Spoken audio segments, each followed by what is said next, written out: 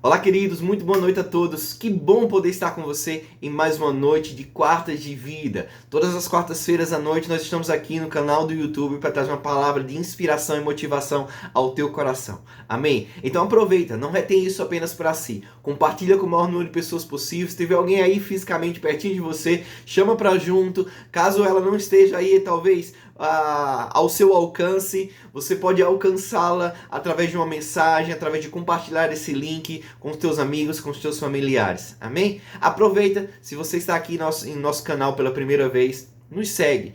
Curte esse vídeo e ativa as notificações, então sempre que entrar um conteúdo novo, você vai ser avisado. Amém, queridos? Você está aí comigo? Se você está, diga amém, estou aqui.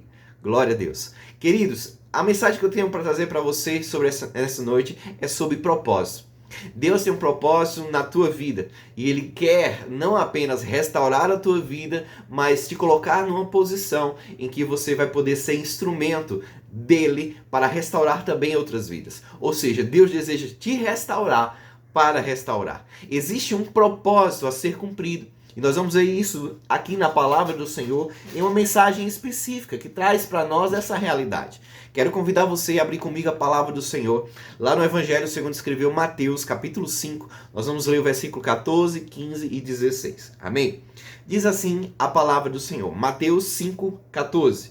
Vocês são a luz do mundo. Não se pode esconder uma cidade construída sobre um monte.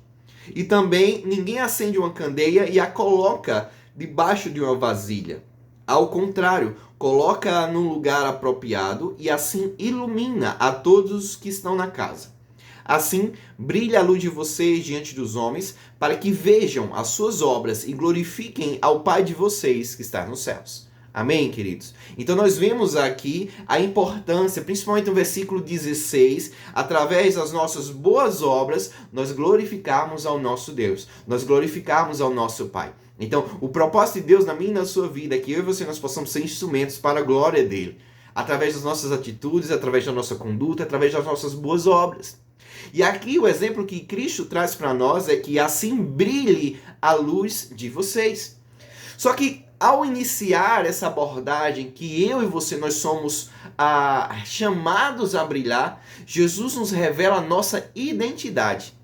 É importante demais que eu e você nós compreendamos quem nós somos em Deus. Quantas vezes eu e você nós damos ouvidos a N vozes e não paramos para ouvir a voz de Deus e principalmente aquilo que Ele pensa a nosso respeito, que é de fato aquilo que tem maior importância. Não importa o que as pessoas dizem, não importa o que o diabo diz, o que importa é o que Deus diz ao teu respeito. E uma das coisas que Deus diz a nosso respeito é relacionado a quem nós somos nele. E aqui no versículo 14 ele começa a falar sobre identidade. Ele diz, vocês são a luz do mundo. Eu e você, querido, nós somos luz. Nós não seremos luz, nós já somos essa luz. E essa luz, ela tem um propósito, que é iluminar, que é brilhar. Então perceba que antes de Jesus descrever o propósito, ele vai revelar-nos a nossa identidade. É impossível essas duas coisas andarem separadas. Quando eu e você nós descobrirmos quem nós somos, nós jamais vamos querer ser outra coisa. Quando eu e você nós descobrirmos quem nós somos, com urgência nós iremos querer cumprir o nosso propósito. Posso ouvir um amém? Você está aí? Glória a Deus. Queridos, quando eu e você nós olhamos essa palavra aqui, a ilustração que Jesus traz é o referencial de instrumento de luminosidade da época, que é aquela candeiazinha, não é? Então hoje nós temos um outro referencial de luz, né? Talvez uma lâmpadazinha, é o que está mais próximo de nós como referencial de luz. Mas na época era aquela candeia, que tinha um pavio, que tinha um combustível, não é? E quando era aceso, então isso iluminava o ambiente ao qual ele estava sendo inserido. E aquela chama é que trazia a luminosidade. Quando eu e você nós olhamos essa palavra, queridos, é importante que nós venhamos também fazer uma análise. Para que eu e você nós possamos identificar. Se eu e você nós somos luz, nós temos brilhado, nós temos cumprido o nosso propósito? Ou existem algumas coisas que têm nos limitado? Ou existem algumas coisas que têm, de certa forma, atrapalhado a nossa jornada rumo a desempenhar o nosso chamado, a desempenhar o nosso serviço. Talvez exista ao longo da nossa trajetória, a gente tentou, a gente tem um bom coração, a gente tem um desejo, mas talvez existam empecilhos. E nós vamos ver aqui dois principais obstáculos que têm nos impedido muitas vezes de desempenhar o nosso propósito, de desempenhar o nosso chamado, que aqui nesse trecho fala que o nosso propósito é brilhar. Nós, como luzes, muitas vezes nós não estamos brilhando como nós deveríamos, que essa aqui é a direção de Jesus para mim, para a sua vida. Quando eu e você nós olhamos essa passagem, queridos, nós podemos fazer uma referência também ao Evangelho segundo escreveu Lucas, que traz esse contexto de luminosidade, de candeia, tá? Sobre um outro contexto. E lá a gente vai ver uma espécie de parábola que Jesus traz, e algumas bíblias trazem a conotação de que é a parábola da candeia. E eu quero convidar você a ver comigo Lucas, capítulo 8, nós vamos ver o versículo 16. O evangelista Lucas ele vai trazer uma outra perspectiva, mas a partir desse simples versículo, a gente vai poder identificar os dois principais inimigos do nosso propósito. Nós vamos poder identificar as duas principais razões pela qual nós não estamos desempenhando o nosso chamado e não estamos brilhando como deveríamos brilhar. Lucas 8,16 diz assim, queridos: ninguém acende uma candeia e a esconde num vaso, ou a coloca debaixo da cama. Ao contrário, a coloca no lugar apropriado, de modo que os que entram possam ver a luz. Olha só que interessante o que aqui Lucas traz para nós. Ele começa esse versículo específico trazendo para nós uma indicação de padrão de comportamento. Qual é o padrão? Ninguém. Ou seja, ninguém jamais vai fazer isso. Porque foge da lógica, foge do padrão, foge do normal. Então ninguém pega uma candeia, ou ninguém, por exemplo, acende uma luz e a cobre. Porque se ela tem um propósito de brilhar, a gente não vai abafá-la. Você está aqui comigo? Abafá-la. Ou seja, ocultar o seu propósito, impedir dela brilhar. Ou esse brilho talvez não vai ser impedido, mas vai ser colocado em uma posição em que não vai cumprir o seu chamado com eficácia, com excelência. Aqui fala que ou vai se colocar um jarro, ou vai se colocar debaixo de uma cama. Deixa eu dizer uma coisa para você muito séria, querido. O diabo é o principal interessado em que eu e você nós não cumpramos o nosso propósito. Para que eu e você talvez estejamos entretidos com outras coisas e não desfrutemos da vida que o Senhor nos chamou para viver. E essa vida é uma vida plena, é uma vida com propósito, é uma vida abundante. E quando eu e você, à medida que nós descobrimos quem nós somos e à medida que nós nos envolvemos no nosso chamado e cumprimos o nosso propósito com determinação, nada, queridos, nada, absolutamente nada nos causará dano, nada, absolutamente nada será empecilho para que nós possamos viver aquilo que o Senhor prometeu para nós. Amém? Então, os dois obstáculos, queridos, que eu quero trazer para nós o primeiro é abafar. Olha só que interessante. Aqui a Bíblia fala, Lucas fala que ninguém pega uma candeia, a acende e coloca um vaso sobre cima. Uma espécie de vaso mesmo. Agora perceba que o que é que esse vaso sobre a candeia representa? Se você fazer um experimentozinho, pegar uma velazinha que seja, acender e colocar numa posição em que você vai cobrir com um copo, você vai perceber, devido à transparência do copo, como essa chama dessa vela vai se comportar. Ela vai diminuindo aos poucos, porque todo o oxigênio ali, dentro daquele volume do copo, vai estar sendo consumido. E assim a chama não vai conseguir ficar acesa. E, ou seja, perdendo a chama, o que é que acontece? Também perde a sua luminosidade. A chama, querido, representa a paixão. E a luminosidade representa, de fato, aí o nosso propósito. Quantas vezes eu e você nós estamos sendo abafados na nossa vida com Deus? Nós temos negligenciado as coisas simples. Nós temos deixado as nossas devocionais de lado, nós não temos orado como deveríamos orar, nós não temos buscado a Deus como deveríamos buscar, nós não estamos envolvidos nas atividades da comunidade como deveríamos, nós não estamos sendo frequentes nos cultos. Cada uma dessas atitudes, por mais que pareçam simples, queridos, por mais que essas disciplinas espirituais pareçam talvez corriqueiras, e a gente diga assim, não tem nada a ver, uma vez perdido ou não, é uma falta de oportunidade, querido, da gente se reabastecer. E a nossa chama cada dia mais vai ficando diminuindo.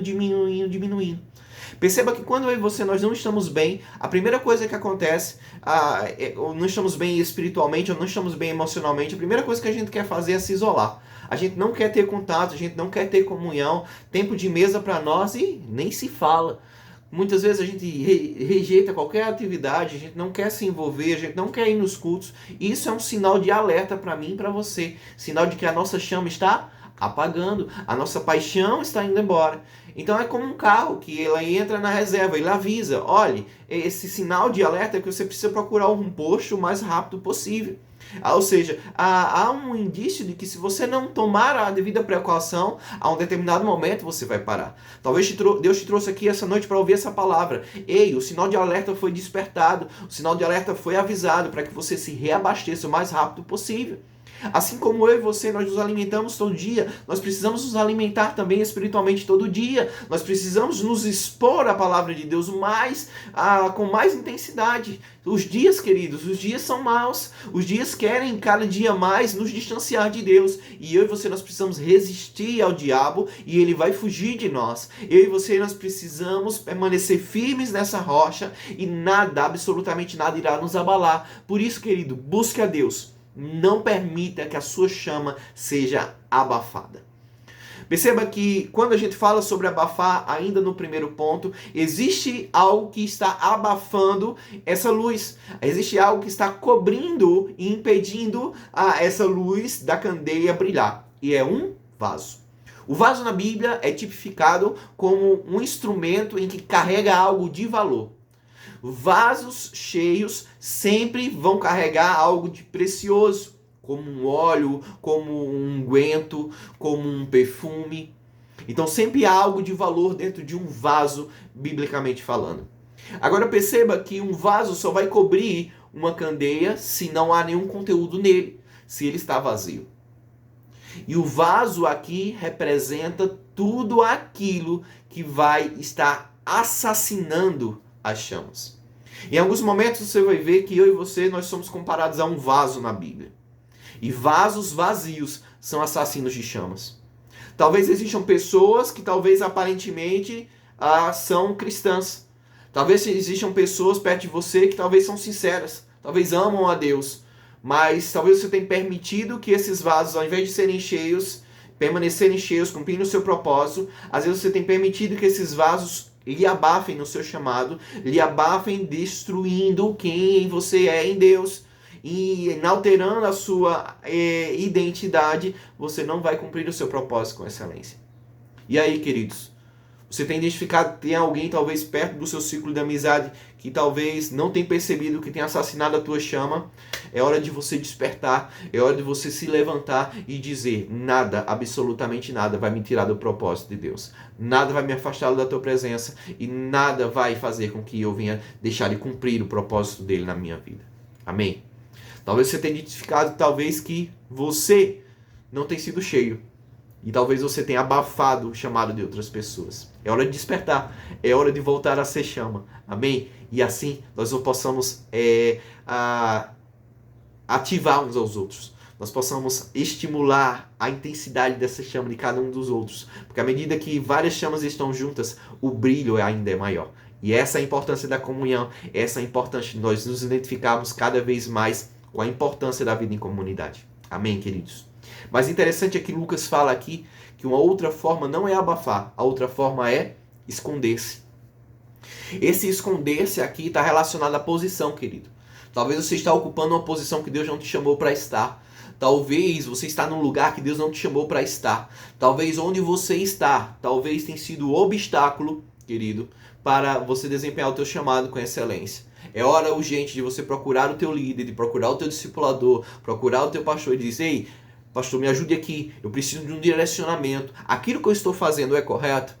Muitas vezes eu e você nós temos uma impressão no nosso coração e queremos fazer isso, quando na verdade Deus não nos chamou para fazer isso. Talvez a gente tenha até uma simpatia, né, uma sensibilidade para determinadas áreas, mas se eu e você nós tivermos o foco correto, nós vamos desempenhar o nosso chamado com excelência. E ter o foco é dizer não muitas vezes para coisas boas, porque aquilo talvez não é para agora, é lá para frente. O que é que você pode fazer agora? É sair debaixo da cama e se colocar numa posição ao qual você vai desempenhar o teu chamado, o teu propósito com excelência. E assim todos irão ver, assim todos irão ser alcançados.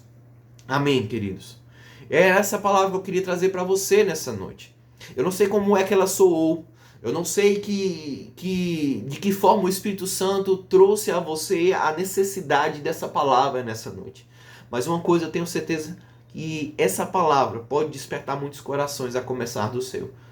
Cumpra o teu chamado, cumpra o teu propósito. Não permita que nada nem ninguém te abafe. E não permita que você seja tão conduzido pelas suas emoções ao ponto de você fugir, se esconder do teu chamado.